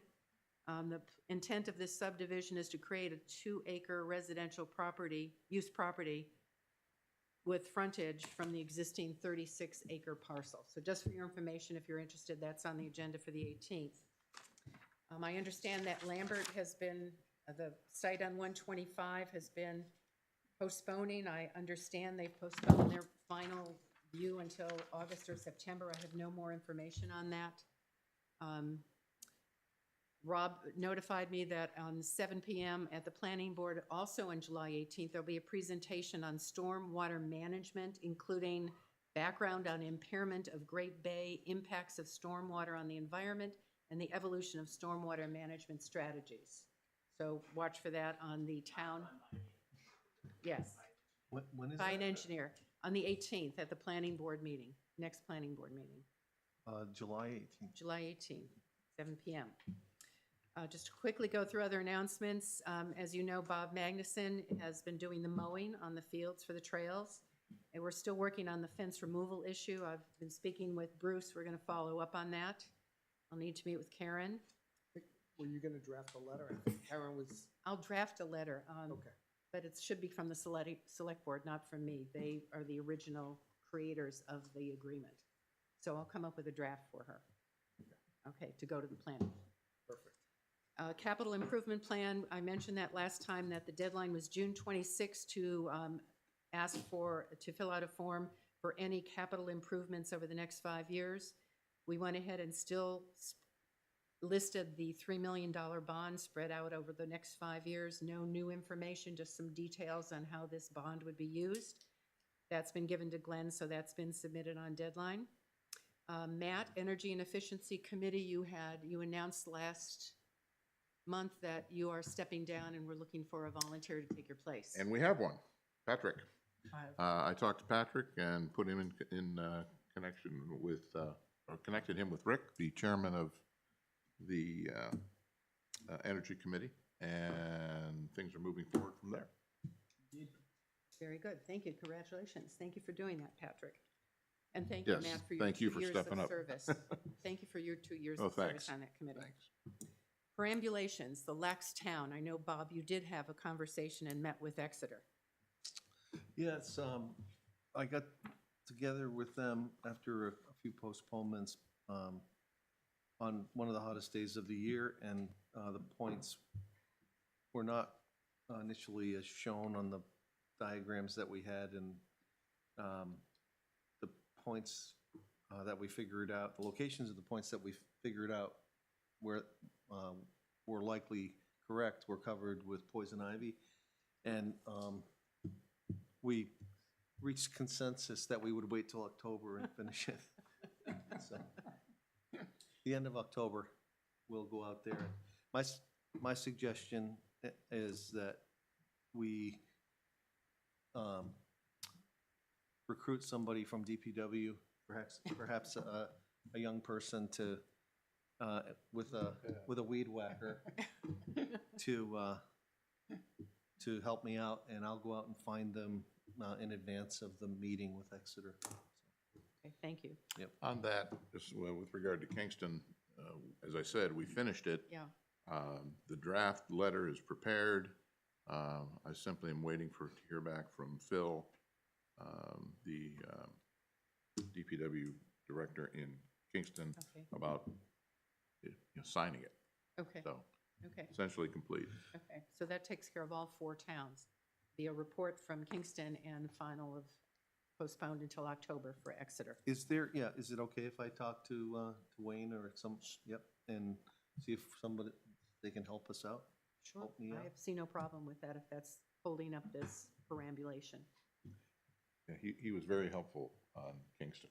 Oh, he did, Yeah, okay. and matter of fact, he was willing to go with us, but he was out for a while, so, one of his other guys did. Yeah, I'm hoping for a young guy or gal. Well, just to find him, Somebody that- yeah, not to do the weed whacking. Yeah, somebody to do the weed whack. Right. Yeah. As old as this regulation is, I think it has value, because there's a conflict right now between Kittery and York. The property line is not clearly defined. There was an article in Seacoast Line, there are about 15 properties where no one knows for sure if they're York or Kittery. So they're going back and forth. They've had a couple of meetings, but it's in contention right now. So marking these borders is important in the landmarks. It's a taxes issue, it's a revenue Yeah, issue. it is a revenue issue. Next item, the Conservation Commission Handbook revision. Matt? So a group of us have been working on updating the handbook, which I think the last iteration of that was quite a few years ago. We made substantial progress and have essentially what we believe is a final draft of the new handbook. I'm going to distribute copies of the final draft to all of you tonight. Please review it between now and our next meeting. If you have any questions or comments in between, you can feel free to individually email me, and I might be able to answer your questions so that we don't have to have another turn of another draft, if possible. But again, we think this is very close to final, and look it over. And if you agree, we'll vote next month. I mentioned this to Karen the other day when I met with her to go over a number of things, and she suggests after Conservation approves a final version that it would go to legal counsel just for a review. Probably a good idea. So after the August meeting and what the decision is, we will do that. So please take a look at that. It is a lot of hard work. Michelle was involved, Lise was involved. Lise, Rob. Michelle, Rob was extensively involved. Thank you, Rob. And you. Good to have this on its way, so thank you. So we'll discuss this in August. If anyone wants this electronically, I can send it to them too. So, matter of fact, I'll send an electronic copy to Becky, and if you want to distribute it that way, you can. Okay, will do. Okay, next item, conservation members and alternates openings. They were posted on the town website for 2 members and 3 alternates. You can read the description on the town website. There are 4 other committees going through this process at this point in time. The library is looking for 3 alternates, ZBA, 1 member and 1 alternate, recreation, 2 alternates, cemetery, 2 alternates. As described in the process, there's no confirmation yet as to the date. There'll be a joint meeting between the select board and committee members for discussion and negotiation on appointments. Karen was waiting to see after how many applications or statements came in by the July 12 deadline, which is Friday. So she hasn't set a date for that yet. Depending on how many applications need to be reviewed, it might take more than 1 meeting with the select board, but I don't have those dates. Concom, in addition for Concom's appointments to those 2 members, 3 alternates, we need to look at other things on the terms expiration dates. My understanding is that all committee expiration dates will move to June 30 of the year so that everyone is in sync. It'll be all consistent. We need to look at Rob and Patrick's terms. They should have been 3-year appointments. They were only 1-year appointments, so we'll have to take a look at that. Alternate terms will need to be staggered so that they're going over a series of 3 years. And right now we have our member terms are not staggered. There are only 1 for 26, 3 for 25. 125 needs to move to 26. So those are some of the details to make sure that all of our appointments are staggered and in sync. So that will be done, I hope, at that meeting. There was a question last month at this meeting whether Howie and Silva's July 31st process needs to be extended if that whole thing doesn't move forward by the end of July. I do not know at that point. So we're still looking at the July 31. Any questions? No? No, Okay. no questions. It's just very confusing. Yeah, it's a lot of details. So, next, August speaker, Rob, you moved, Brian from the Society for the Protection of New Hampshire Forests to August meeting? Yes. Okay. So we can do the, will he be present or on Teams? He'll be on Teams. Okay, so we need to set up the Teams. I went through my training. I can teach you to do that too. How about that? Okay? Well, I can't, it has to be a New Hampshire, Brentwood, New Hampshire email address. So I'm not able to do that, but I'm happy to work. Okay.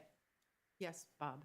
At the last presentation, I thought we were gonna get, slides of, Oh, yeah. Yeah, I got them. She sent them to me and you, but I don't have, I thought you forwarded them well, I don't think I should. to everyone. No, he I will- can't. He can't.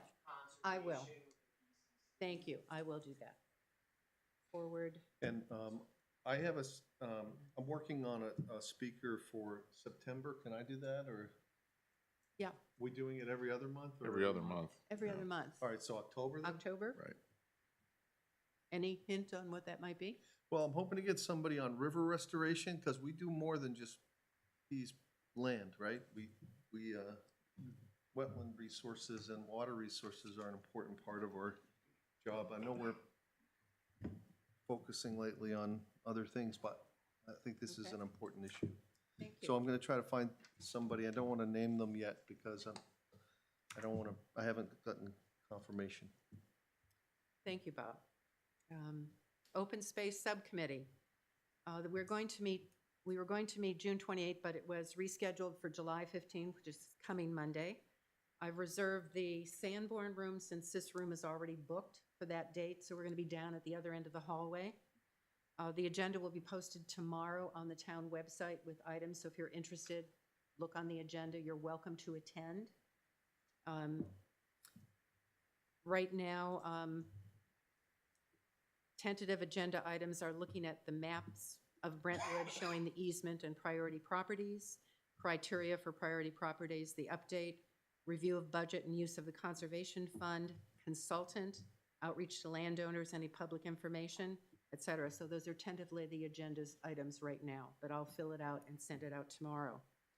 I mentioned consultant. The consultant that we interviewed last winter, in the winter, I think it was January, she has shared with me her bio, and I spoke to her yesterday, and she's happy to have her bio shared with everyone here on conservation. So if you have questions, just let me know. She is still available and interested in working with Brentwood as we move forward, so I wanted to make sure of that before I pass this out. She has a range of experience in conservation issues, working for the town of Dover as well as other conservation entities and professional organizations. So that's her bio. Do you all have a copy? Yes. Yeah, and we interviewed her as And well, we right? interviewed her, yes. Also, Lisa and I interviewed her, and we were very positive about her responses and her background. And yes, we did interview her, so it looks good. She also sent me a copy of a contract, and I had a question about this, Paul. Since this involves her, a contractual, I have to do that in non-public, I think, at this point, since it hasn't been reviewed by our town council. It's just, Draft agreement. it's a draft, so. This is legal? Yeah, it was someone, we would have to sign it, but I had heard that anything involving a contract needs to be done first in non-public with any questions, then go public. I can share a copy with conservation, but I would not like it distributed beyond this table. In non-public? In non-public, yeah.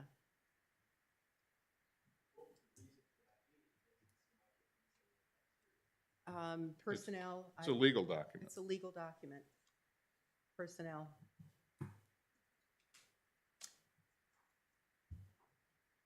I'm not sure I see the need for it either. Do we need to review the contract at this point before it goes to town council? No? do. Okay, we can wait until town council looks at it, then there might be changes or questions. I mean, if there's something, Have we agreed to hire her? That No, was we said. have not. Okay, so why are we spending money with Valid question. Valid question.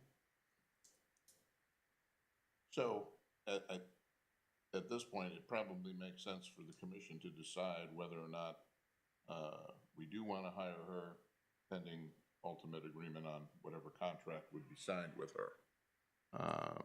And based on, I mean, I've seen this resume from her when it was distributed last time, based on the favorable interviews that were completed. I'm happy to move that we go forward to engage her, subject to final review and execution of an acceptable contract. Cost on the contract?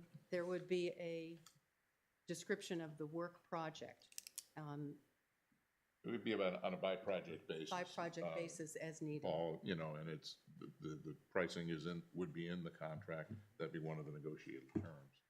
But I think we need to make a decision as a commission, are we gonna use this person or not? Are we interested in using this person or not? And if we are, then fine, we send the contract up for review and any questions from legal. Ultimately, select board would be the one to decide, I presume. But this has just been sitting in limbo for several months, and I think we just need to move forward with an affirmative yes or no. Do we want to engage her? Or do we want to, it's not an engagement for a specific purpose yet, but do we want to retain her as the consultant to be used on engagements as we scope work going forward? So, but again, certainly makes sense, and I understand what the purpose is, but you know, just trying to get an idea of what the cost would be, like, so it's per diem, if you will? It would be Per it would be an, let's see, I got this right, an hourly rate, but it's negotiable. It might be based on the scope of work. Say, for instance, we wanted her to work on some grants. That would be one possibility. Or we wanted her to work with a landowner from start to finish who's expressed interest in pursuing a conservation easement. We would describe a scope of work and get a price on that. So it'd be priced per project? Per project, yes. Yes. So we're not agreeing to anything No. other Correct. than To, Other than to move forward with getting a contract signed that we're gonna agree with to retain her as needed, or as we choose to. that's what you said. and then if there's a project, we would then get a price. Yeah, we'd Yes. prepare a statement of work, Yes. negotiate the price on the project or the number of hours based on the master agreement that sets out whatever rate it sets out. And she said there is some negotiation in what she would charge for an hourly rate. I spoke with Karen on Monday and asked, she said if it's under $10,000, we don't need to do a request for a proposal. We can just go forward if it's under the $10,000 ceiling for that. It's based on a project by project, and she was comfortable with that. I was involved in that as well, the Yes. interview. Yes. And several questions came up in that. Did we ever get responses to those questions? Remind me what the questions were, I'm sorry. I think I'll have to do that offline. Okay, okay. So does that affect does the that- motion? Well, it doesn't really affect my question. My question is, did we receive any responses to the questions? These were questions sent to her, sent to the consultant. They were asked at the meeting. Okay. All right, well, you can No, get back to let's do me this on it. offline. Yeah, Sure. I'll get back to you on that. Sure. Rob, Last time we talked about whether there was money in the budget for consultant. I Yes. thought there was, you thought that some people thought there wasn't. Do you have a copy of the current budget? I do have a copy of the current budget, actually. I got that today. We do have money in there. We had asked for consultant funding. It's not listed as consultant. We have money for audit expense, which I don't understand, and the second is easement monitoring, which is $3,500. So we have about $9,500 in the budget. What was the Conservation Commission's expectations for that money when we put it? I inherited the 7,000 and the 3,500. I So don't know that, currently we don't have any planned plans. No, we don't have any planned expenses for those two line I know items. the naming never used to match what we used it No. for, but that first line, I believe, we used to split the cost, we being the Conservation Commission, the cost of the Yeah. $1,000 each group. So I think that Yeah. was the consultant Yeah. at the time. So we had talked about whether we had the motion in the past, if we really take it from the conservation fund, it seems like you have ample funds in Yep. the current budget without having to specify conservation funds. Yes, and I've also spoken with Karen about revising the line items in this budget and making them more relevant to what we're doing now. So, yes, but the budget cycle starts in September, so I've already broached this with Karen to revise what's listed in our budget, so it's more accurately labeled.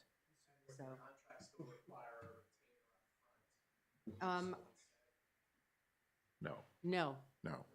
no.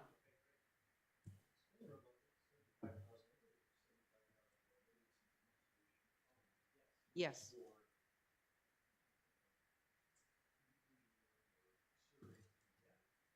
So broad uses allowed. That's not true.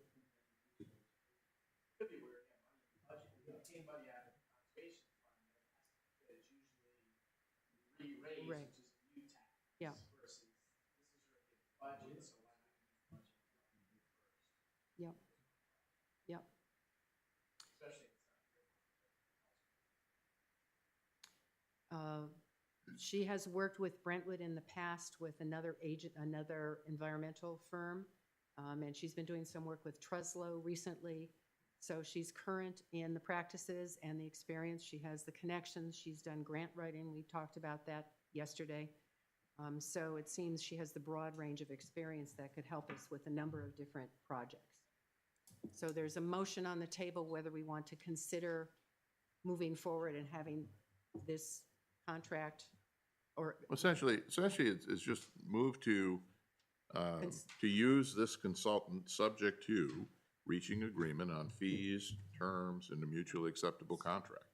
It's just, do we want to use, basically is, are we favorable toward using her or not, assuming we can reach agreement on what we're gonna pay her and what the terms of the contract are gonna be. That's the motion that I'm making.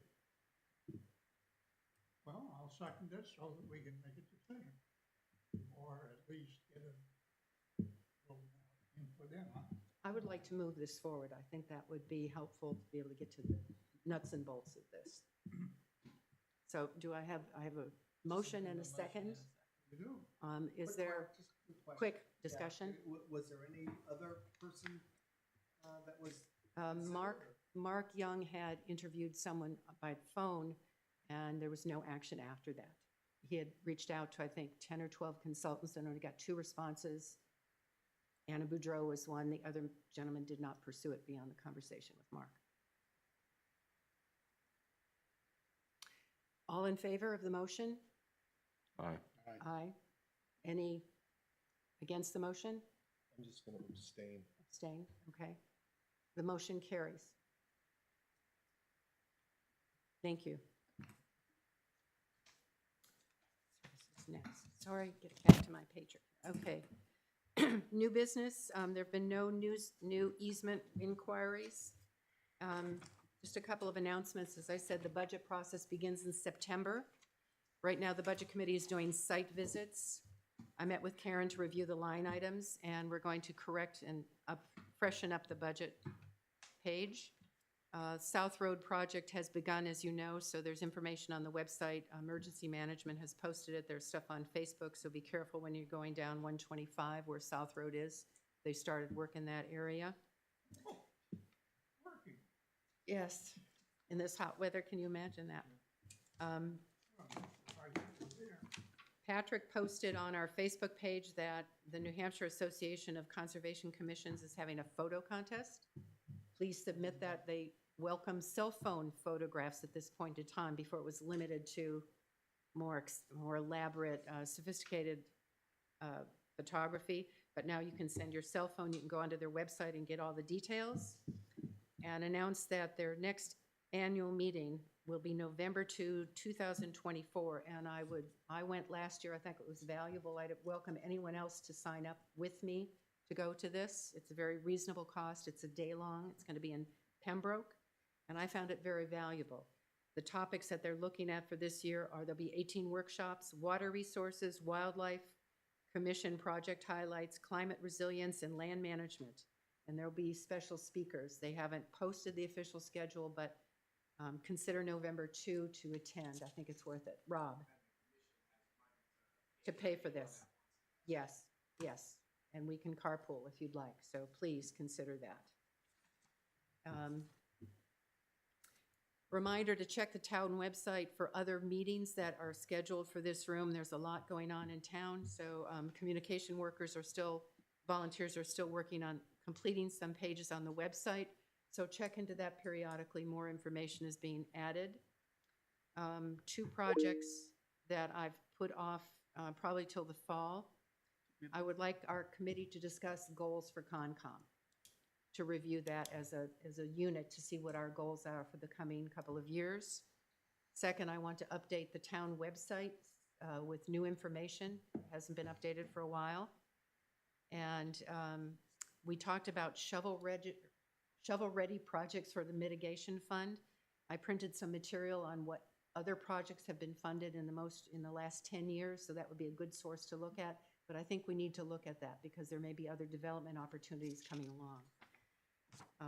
Any other business that anyone wants to raise? Topics or anything else? Next meeting is August 14 here. Motion to adjourn? Is there a second? All in favor? Aye.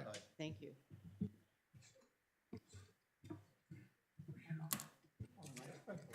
What? Motion to adjourn. There you go. You got it. Your specialty. Yeah? Mr. Cowie. When is it, July? Small sidetrack on that. Bring it to you. Oh, excellent, thanks. I think you can print it off. It's on the town website. Please send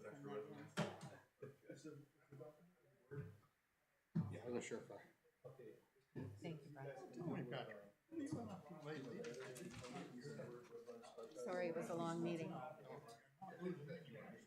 No. Well, right now I'm working for Fish and Game. I like count fish, I guess is the best way to phrase it. Yeah. I don't know, it's a good time. Here. For August. That's Yeah. right, you mentioned that. That's wonderful. I hope you have a nice long visit. Yeah, 3 weeks. This? Yeah. Yeah, it's a Well, good time. I used to go when I was younger with my parents. Yep. Now I'm doing that. I'm marrying the kids. Turn your microphone.